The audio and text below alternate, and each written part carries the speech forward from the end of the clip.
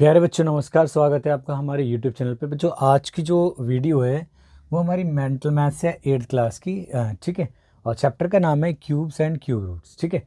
बेटा आज की क्लास में मैं आपको जो क्वेश्चन नंबर है 11 से लेकर 20 तक इन क्वेश्चन के सॉल्यूशन बताऊंगा और मेंटल मैथ्स में क्वेश्चन को कैसे सॉल्व करते हैं ये मैं बताऊंगा। तो वीडियो को स्टार्ट करते हैं, ना ज़्यादा देरी करते हैं हम जल्दी से। तो 11 क्वेश्चन कहता है कि इवेल्युएट दिस। ये हमारे पास में एक एक्सप्रेशन दे रखी है अर्थमेटिक, तो हमें इसको क्या करना है, इवेल्युएट करना है। देखो बेटा यहाँ पे एक सिंपल आइडेंटिटी दिख रखी है, मैंने इससे पहले वाली वीडियो में भी आपको उस आइडेंटिटी के बारे में बताया था। वो है हमारी ए की क्यूब माइनस बी का क्यूब, और ये होता है ए माइनस बी ब्रैकेट में, और ये ए का स्क्वायर और ए प्लस ए बी और प्लस बी का स्क्वायर। यहाँ पे अगर आप गौर से देखोगे तो ए का क्यूब यानी 3/5 का क्यूब है, और बी का क्यूब यानी 2/5 का क्यूब है। तो बस हम यहाँ पे इस आइडेंटिटी को अप्लाई कर देते हैं इस तरीके से। तो यानी क्या है बेटा, ये 3/5 का क्यूब माइनस 2/5 का क्यूब। तो ये आ जाएगा बेटा आपका, देखो ए माइनस बी, यानी यहाँ आएगा पहले ब्रैकेट में 3/5 माइनस 2/5, और ब्रैकेट क्लोज कर दिया मैंने, एक नया ब्रैकेट प्रिपेयर करा, ए का स्क्वायर ए के प्लेस पे 3/5 का whole square plus A B 3/5 into 2/5 plus B का स्क्वायर यानी 2/5 का होल स्क्वायर। ब्रैकेट क्लोज कर देते हैं। तो यहाँ तक देखो बेटा, ये 5 एलसीएम लेंगे तो 3 माइनस 2 का मतलब ये आ जाएगा आपका 1/5 आ जाएगा। इनटू बात करते हैं, यहाँ पे एलसीएम लेंगे हम। देखो सबका स्क्वायर हो रहा है, यहाँ पे भी देखो 3 का स्क्वायर 9 हो जाएगा, नीचे 25 आएगा। यहाँ 3 2 ज़ा 6, नीचे 25, 2 2 ज़ा 4 और 25 आएगा। तो 25 हमारा डायरेक्ट एलसीएम आ रहा है, तो हम यहाँ ले लेते हैं। तो ये बचेगा हमारा 9 प्लस ये बचेगा 6 प्लस ये होगा हमारा 4। तो ये आ जाएगा बेटा आपका, अगर हम यहाँ देखें तो 1/5 इंटू 9 और 6 आपके हो गए हमारे 15, और 15 प्लस 4 हो गए हमारे 19 यानी 19। तो ये आ जाएगा 19/25। तो इनकी मल्टीप्लाई करेंगे तो आ जाएगा 19/125। तो ये आपका रिक्वायर्ड आंसर है, ठीक है बेटा। नेक्स्ट क्वेश्चन देखो बेटा, फटाफट इसका भी सॉल्यूशन कराते हैं। तो ये कहता है बेटा कि ये क्यूब रूट अप्लाई कर रखा है इसके ऊपर और ये दे रखा है, ठीक है। तो देखो सिंपल मैं आपको बता देता हूँ, पहले मैं क्वेश्चन को नोट कर देता हूँ। 343 इंटू 64, आपको पता है बेटा ये किसका 7 का क्यूब होता है, 343, ठीक है।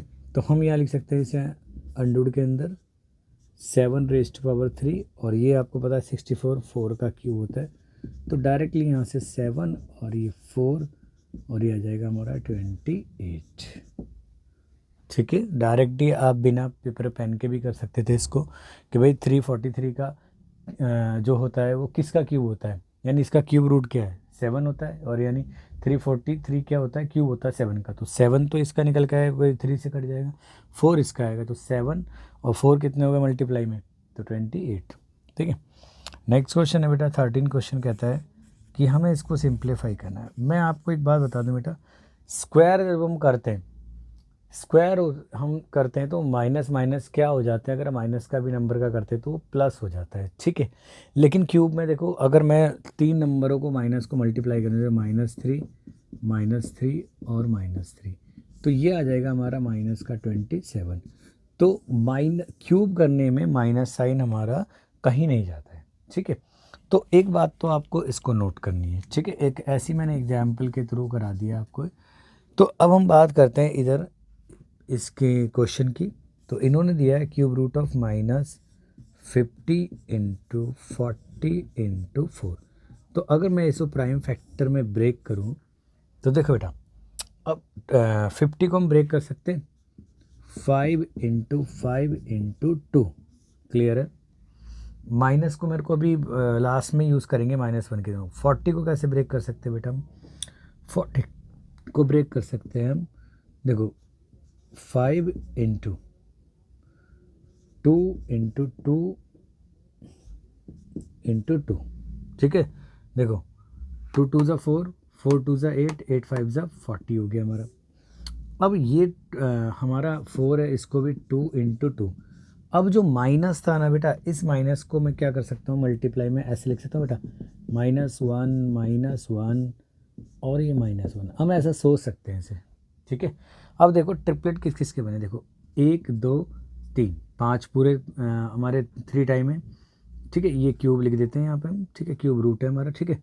देखो 1 2 3, ये 5 हमारा कितने टाइम है बेटा, 3 टाइम है। अब देखो 2 को काउंट करें, 1 2 3 4 5 6, तो ये हमारा जो 3 3 की ट्रिपलेट हैं वो 2 बार है हमारे 2 के लिए, और -1 का 1 बार है। तो आपको पता है कि जब हमारा ये क्यूब रूट अप्लाई होता है तो इसमें से क्या होता है हमारा, सिंपल तरीके से एक एक निकल के आता है। पहले -1 आ गया मान लेते हैं, फिर ये 5 और फिर ये 2 और फिर अगेन एक और 2, तो ये वैल्यू हो जाएगी बेटा आपकी, ठीक है, हो जाएगी, मतलब ये क्यूब हो जाएगा ना, इसकी पावर 3 होगी तो क्यूब रूट से हट जाएगा।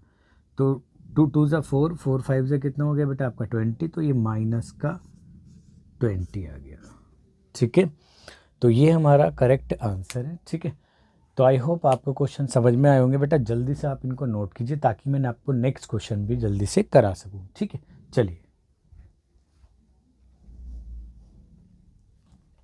चलिए बेटा, आपके अगले क्वेश्चन है, क्वेश्चन नंबर आपका 14, वो कहते हैं सिंप्लीफाई दिस, ठीक है। हमें ये जो पूरी एक्सप्रेशन दे रखी है अर्थमेटिक, इसको हमें सिंप्लीफाई करना है, ठीक है बेटा। कभी भी मैं आपको बता दूं बेटा, इस तरह के क्वेश्चंस आते हैं ना, आप ध्यान रखो, मान लो अगर ये आपके पास में x होता, ये भी x होता, ये भी x होता, तो x कितनी बार आपका एडिशन हो रहा है, 3 बार। तो हम क्या कर सकते हैं बेटा, इसको आप देखो सिंपल तरीके से, कॉमन लेने की कोशिश मत करना क्योंकि फिर और लेंदी बन जाएगा यहाँ पे। तो आप सिंपल ऐसे लिखो कि भाई ये x है, ये x है, ये x है, कितनी बार x है, 3 बार x है, यानी 3 इंटू 3 रेज टू पावर 31, और ये हो जाएगा भाई पावर इसकी 1 मानी जाएगी, तो पावर ऐड हो जाती है अगर बेस सेम है तो 32, बस सिंपल इतना, ठीक है। नेक्स्ट क्वेश्चन देखो बेटा, वो कहता है कि हमें इसको सिंप्लीफाई करना है। तो देखो बेटा, मल्टीप्लिकेशन में पावर ऐड हो जाती हैं, आपने पावर और एक्सपोनेंट वाला चैप्टर में देखा होगा, ए की पावर n और ए की पावर n है, तो ये हो जाता है m प्लस n हो जाती है, यानी जितनी भी पावर होती हैं वो सब ऐड हो जाती हैं। तो हम यहाँ पे सिंपल दिमाग लगा सकते हैं ऐसी, अगर हम बिना उसके भी वो करें तो देखो 32 प्लस माइनस 34 हो जाएगा, और ये प्लस 4, तो ये हो जाएगा 7 की पावर, देखो 32 और 4, ये तो हो गए बेटा आपके 36 और माइनस 34, तो ये हो जाएगा 7 रेज़ टू पावर 2, और इसका मतलब हो गया 7 इंटू 7, और ये हो जाएगा हमारा 49, ठीक है। तो डायरेक्ट भी हमें बिना पेपर पेन के भी सॉल्व करते हैं। तो देखो सबका बेस 7 है तो पावर ऐड हो जाएगी, तो 32 और 4 36, लेकिन 34 सब्ट्रैक्ट करेंगे तो 7 की पावर 2 आ जाएगा, और 7 की पावर 2 का मतलब 7 का स्क्वायर, वो होता है 49, ठीक है। यही हो गया बिना पेपर पेन की। अब बात करते हैं बेटा 16 क्वेश्चन की। तो ये कहता है कि 9 रेज़ टू पावर x और फिर 9 रेज़ टू पावर x फिर 9 raise to power x equal to 1/243 के इक्वल है। तो हमें क्या करना है, x की वैल्यू फाइंड करनी है। तो चलो बेटा, मैंने अभी यहाँ पे भी सिखाया है ये बात। तो 9x कितने टाइम है, 3 टाइम है, तो हम लिख सकते हैं 3 into 9 raise to power x और इक्वल टू 243। थोड़ा सा इस पार्ट को बेटा हम यहाँ पे करने की कोशिश करते हैं, स्पेस को बचाने की करते हैं कोशिश। तो देखो अभी इसको भी प्राइम फैक्टर कर सकते हैं 9 का भी, कि 3 रेज़ टू पावर 2 के कन्वर्ट हो सकता है। देखो बेटा, ये रहा हमारा 3 और ये 9 को लिख दिया 3 रेज़ टू पावर 2 और उसकी पावर x है, क्लियर है। अब आप देखो जो ये है हमारा, अभी मैं इस पूरी वैल्यू को नहीं लिख रहा है यहाँ, ठीक है ना, अपॉन में मैं 243 को मैं यहाँ पे प्राइम फैक्टर में ब्रेक करता हूँ, तो 243, तो ये आ जाएगा 3 के से अगर हम करें 3 8 3 1 और 3 2 7 और 3 9 3 3 और ये 3 1, तो 1 2 3 4 5, तो यहाँ लिख सकते हैं हम 3 रेज़ टू पावर 5। अब देखो पावर ओवर पावर होती है तो मल्टीप्लाई हो जाता है, ठीक है। तो ये हो जाएगा 3 रेज़ टू पावर 2x, लेकिन इसकी पावर भी तो 1 है तो वो +1 आ जाएगा इधर। अच्छा, पावर अगर डिनोमिनेटर में है और उसको नोमिनेटर में ला जाए तो पावर माइनस में चली जाती है एक्सपोनेंट, क्लियर है। अब देखो दोनों साइडों में क्या है, बेस क्या है, इक्वल है, तो इनकी पावर भी क्या होनी चाहिए, इक्वल। तो बस इसी कॉन्सेप्ट का हम यूज़ करेंगे यहाँ से। 2x + 1 should be equal to -5। और आपने स्टडी करा लीनियर इक्वेशन वाले चैप्टर के अंदर इस तरह की इक्वेशन को सॉल्व करना। तो 2x = -5 और ये 1 हो जाएगा। तो x कितना आ जाएगा बेटा, -5 और -1, माइनस का 6/2 यानी -3। तो करेक्ट आंसर क्या है कि x की वैल्यू -3 आ रही है। ठीक है बेटा। यहाँ से नेक्स्ट क्वेश्चन की बात करते हैं बेटा। आप देखो 17 की। ये तो बड़ा सिंपल है, क्यूब रूट दे रखा है, बस हमें इसको प्राइम फैक्टर में ब्रेक कर देना, जो जो प्राइम फैक्टर में नहीं है। तो मैं पहले एक बार क्वेश्चन को नोट करके दिखाता हूँ बेटा आपको।